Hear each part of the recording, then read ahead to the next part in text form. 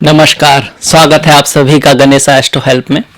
मैं हूं आपके साथ डॉक्टर दिलीप और आज हम बात करेंगे शुक्र का जो राशि परिवर्तन हो रहा है 4 जनवरी 2021 से वो मकर राशि के लिए कैसा रहेगा, मकर लग्न वालों के लिए वो क्या प्रभाव लेकर आएगा, किस क्षेत्र को प्रभावित करेगा, क्या सावधानी हम बरत सकते हैं मकर वालों के लिए।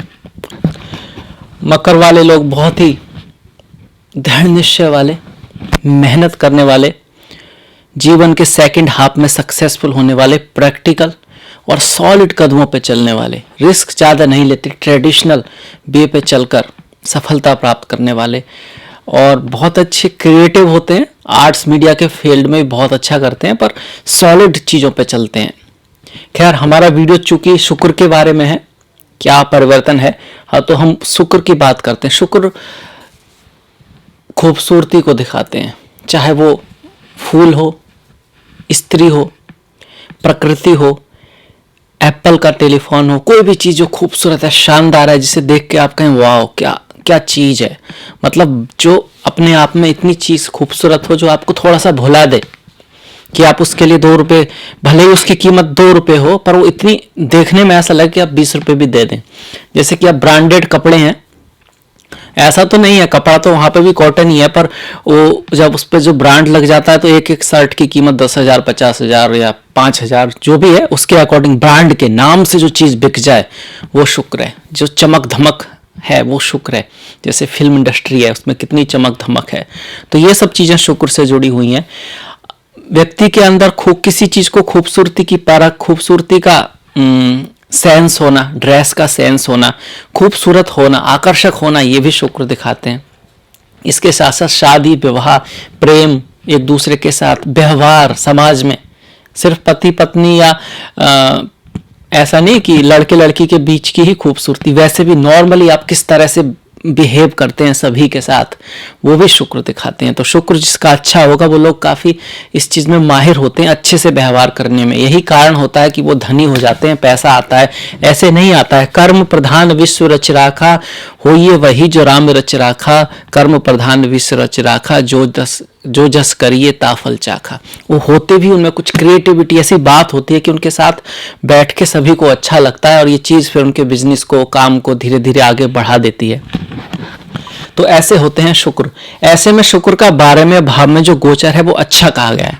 तो पहली बात तो खुशखबरी है, बढ़िया बात है कि शुक्र 12वें भाव में आ रहे हैं। आपके योग कारक प्लैनेट है। योग कारक प्लैनेट वह होता है जो एक साथ एक केंद्र और एक त्रिकोण को लॉर्ड करता है। अब केंद्र त्रिकोण को, जैसे कि आपकी मकर राशि है, ये प्रथम भाव है, इसमें दसम, ये 10 जो नंबर है ये आपकी राशि का नंबर है, क्योंकि आपकी 10वीं राशि है ना काल पुरुष की। पहली मेष, दूसरी वृषभ, तीसरी मिथुन, चौथी कर्क, 5वीं सिंह, 6ठी कन्या, 7वीं तुला, 8वीं वृश्चिक, 9वीं धनु, 10वीं मकर, 11वीं कुंभ, 12वीं मीन।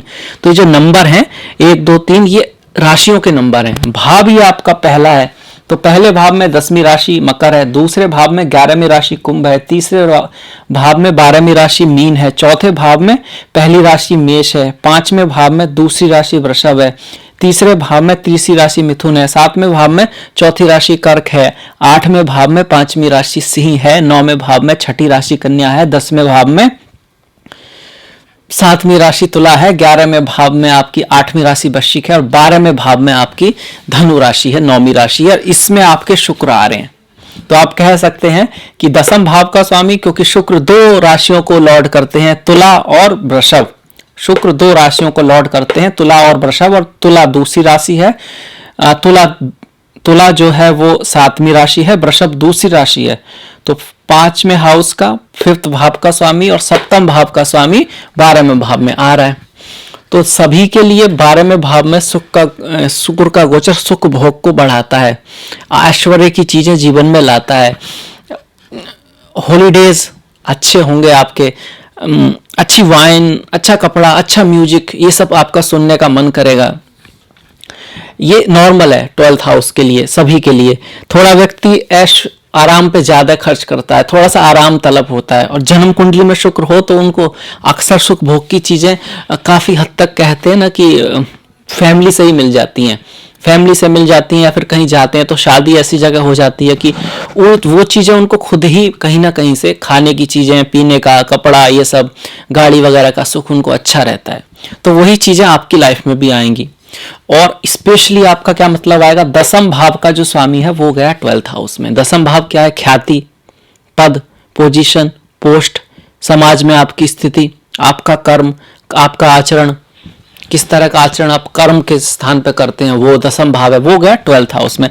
तो बाहर जाना, विदेश जाना, इंपोर्ट एक्सपोर्ट का अगर काम है उसका बढ़ जाना, कार्य के क्षेत्र में कहीं बाहर जाना पड़ सकता है आपको, और कार्य में काफी मेहनत होना, यात्राओं का बढ़ जाना, क्योंकि दसम भाव से तृतीय भाव है। दसम भाव से अगर हम गिने 10, 11, 12 और तीसरा भाव मतलब पराक्रम। दसम भाव अपने से पराक्रम के भाव में, तो मेहनत बहुत होगी, पराक्रम बहुत होगा, यात्राएं काफी बढ़ सकती हैं। इसी के साथ पंचम का जो है, पंचम भाव जो है आपके जीवन के मकसद का है, आपके बच्चों का है, चिल्ड्रन का है, क्रिएटिव इंटेलिजेंस का है। क्रिएटिव इंटेलिजेंस मतलब आगे की सोच, दूर की सोच। जैसे आपने नाम सुना होगा, दुबई है, कंट्री है, और वो रेत का है। अब रेत का अगर कोई सुने, बस तेल है वहां पर, वो भी इतना नहीं है जितना कि आबू धाबी या और जगह पर है, पर उस पर भी दुबई आजकल वर्ल्ड डेस्टिनेशन है। इतनी बड़ी, सबसे बड़ा शॉपिंग मॉल तो वहां, सबसे बड़ा होटल, सबसे ऊंचा तो वहां, सबसे बड़ी लिफ्ट तो वहां। तो ये उनकी दूरदृष्टि थी कि रेत में महल खड़े कर दिए उन्होंने। तो दूरदृष्टि, आगे की सोच, इंटेलिजेंस, क्रिएटिव इंटेलिजेंस, जो लोग आविष्कारक होते हैं, ये सब बहुत इस तरह का चीजें सोचना, जो बहुत साइंटिस्ट होते हैं, वो जो है पंचम भाव दिखाता है। तो उसका जो स्वामी गया है वो 12th भाव में गया है। एक तो ये है कि आपके बच्चे बाहर पढ़ने जा सकते हैं, आप बहुत ही क्रिएटिव फील करेंगे, खास करके जब अकेले बैठेंगे तो आपके दिमाग में ऐसा आइडिया आ सकता है जो बहुत वंडरफुल हो, क्योंकि जो 12th हाउस है वो एकांत को दिखाता है, फॉरेन लैंड को दिखाता है। मतलब आप बाहर जा सकते हैं पढ़ने के लिए, आपके बच्चे बाहर जा सकते हैं, आप जब यात्रा के दौरान हो या कहीं बाहर दूर जा रहे हैं, आपके मन में कोई बहुत अच्छा आइडिया आ सकता है। ये सारी संभावनाएं यहाँ पर बनती हैं। 12th हाउस फॉरेन लैंड का है, एकांत का है, एकाकीपन का है। इसी के साथ साथ मेडिटेशन, योगा, समाधि, इसका भी है। तो ये जरूरी नहीं है कि एडिक्शन का भी है, सैया सुख का भी है, सेक्स प्लेजर इसका भी है, दोनों चीज का है। तो व्यक्ति मेडिटेशन की तरफ, समाधि की तरफ, उसमें भी बड़ा आनंद है, उसकी तरफ भी जा सकता है, और सैया सुख और अकेले में जो भी सुख होते हैं जैसे नशा करना, उसकी तरफ भी जा सकता है। डिपेंड किस पे करेगा, शुक्र अगर वहां आपकी कुंडली में, जन्म पत्री में ऐसे हैं या नहीं है, आपके 12th हाउस पर कैसे भाव, कैसे ग्रहों की दृष्टियां हैं, उससे होगा डिसाइड। अच्छे ग्रहों की दृष्टियां हैं तो आप ज्ञान की तरफ, मेडिटेशन की तरफ, नॉलेज की तरफ, अकल्ट ज्योतिष की तरफ जाने का चांसेस है। बुरे ग्रहों की दृष्टियां हैं तो थोड़ा सा व्यक्ति नशे की आदत हो सकती है, जैसे शनि का अगर प्रभाव है तो, या राहु का प्रभाव है तो, और थोड़ा सा बैड प्लेजर, इन सब की तरफ ज्यादा ध्यान बढ़ सकता है। इस भाव का कारक जो होता है वो शनि होते हैं, तो शनि की स्थिति बहुत महत्वपूर्ण है। शुक्र यहां पर आए हैं तो ओवरऑल आपके लिए अच्छा है। अगर हम वैसे क्लासिक को देखें तो उसमें लिखा गया सुख भोग को बढ़ाता है और आराम की जो चीजें हैं जीवन में लाता है। तो शुक्र यहाँ पे ये करने वाले हैं मेनली। इसके अलावा जो पंचम और दसम का वहां पर जाना है, कहीं ना कहीं किसी तरह से विदेशों से कोई संबंध बनाता है। कार्य के क्षेत्र में आप बाहर जा सकते हैं, बच्चे बाहर जा सकते हैं, क्योंकि पंचम भाव बच्चों का भी है, पंचम भाव फन का भी है, एंजॉयमेंट का भी है। छुट्टियों पे आप जा सकते हैं बच्चों के साथ कहीं बाहर। पंचम भाव आपके कह सकते हैं कि इसके साथ साथ बच्चों के साथ साथ पंचम भाव जो है इंटेलिजेंस, क्रिएटिव इंटेलिजेंस, इसके साथ साथ मंत्र शास्त्र आदि का भी है, मंत्र वगैरह का भी है।